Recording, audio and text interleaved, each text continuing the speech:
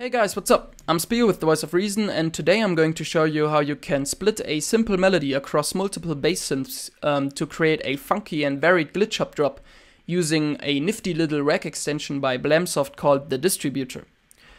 So let's say you've got a little glitch hop beat going with a couple of chord steps on the offbeats. And you've also put together a couple of bass patches like this one, that one, or this one. But you have no real idea of how you want your drop to sound or how you should start building it. So a good way to start building a drop in glitch hop is to think of a melody first. And a good way to think of a melody is by creating an ID8 instrument device and just letting the beat roll and improvise.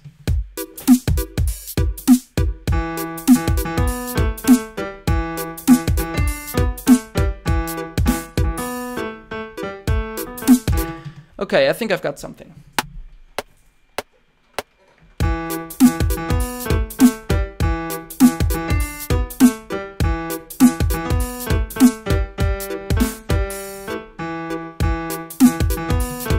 So, now that this is recorded, we need to clean it up a little bit, so hit right click on the clip and quantize it, and then get into editing the notes to make it sound a little cleaner.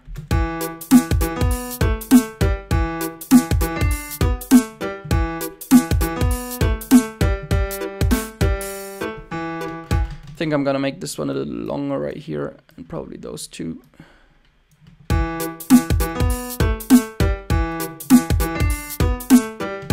Okay, that's cool. So now that we've got the melody down, we can start thinking about how we want to spread it across the bass synths.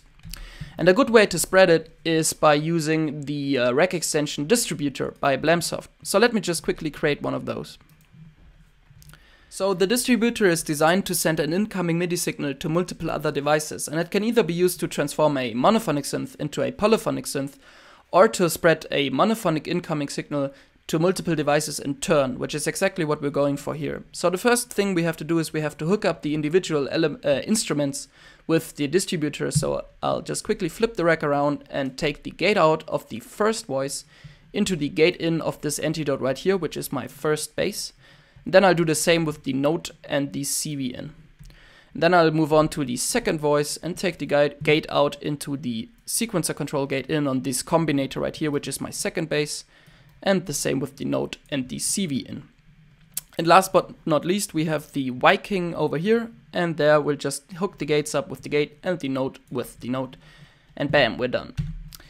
Now that this is all hooked up, we can have a look at the voice count right here, which is at 8 at the moment, but we only have 3 voices connected. So what we can do is we can just switch this switch here to auto, and it'll auto detect how many voices are connected, and it'll set the voice count there. Now we shouldn't forget to move the melody that we've recorded earlier up into the sequencer line of the Distributor that is created automatically when the Distributor is created.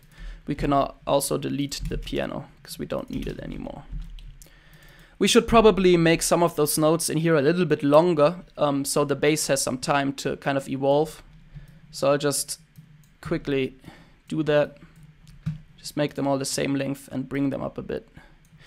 But we should watch out though that the notes don't overlap, because that might screw with some settings later. So just bring those notes that are overlapping right here, bring them down a bit, make them a little bit shorter, so everything can play out nicely.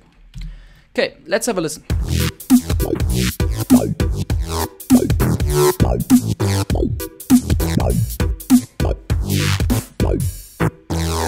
So as you can see, the notes are always distributed to the voices in turn, clockwise. We could also change the order up so it's counterclockwise by setting this little switch here to negative. We only have real control over the pattern, however, with this little freeze knob right here. By hitting this, we can freeze the distribution of the notes to a single voice for as long as the freeze knob is held. And we can also record that, of course, just by selecting the Distributor line in the sequencer and hitting record.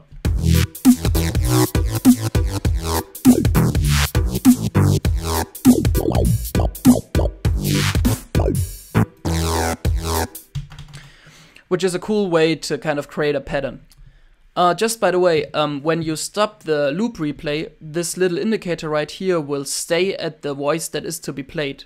If you want to reset it to the start position, you can simply flip the reset switch right here till it's on, and then switch it so it's off again, and the indicator will be resetted. Another more accurate way to control the pattern in which the voices are played is by setting the reset switch to on and alt-clicking the start position to create an automation line in the sequencer. Setting the reset to on will always have that voice playing that is the starting position, and by automating the starting position, you can now choose for each note which voice is playing it, which gives you a lot more control, of course. So you can just draw in an automation clip for a couple of notes right here, and then just select the voice by placing this automation anchor right here. So for example, if I want these 3 notes to be played by the third voice, I can just draw it in here and it'll be done. And of course you can then create a pattern of your own and just kind of play around until you find something that sounds cool.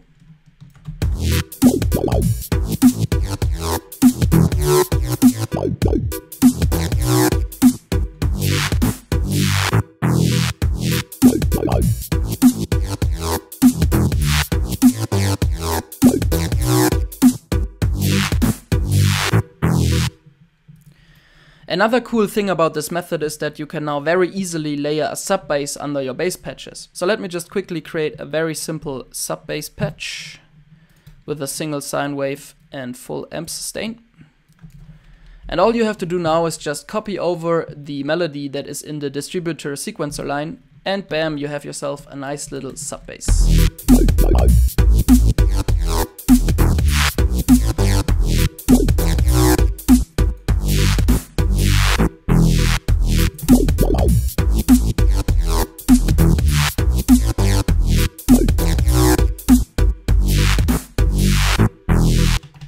So that's it for the spreading of a simple melody to multiple bass patches. I hope this tutorial was useful and somewhat inspiring.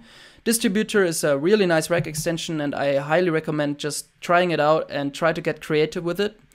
I put a link in the description to the prop shop. Okay, that's it. My name's been Spio. This was The Voice of Reason. I'll see you next time. Have a good one of whatever you're having. Break it down.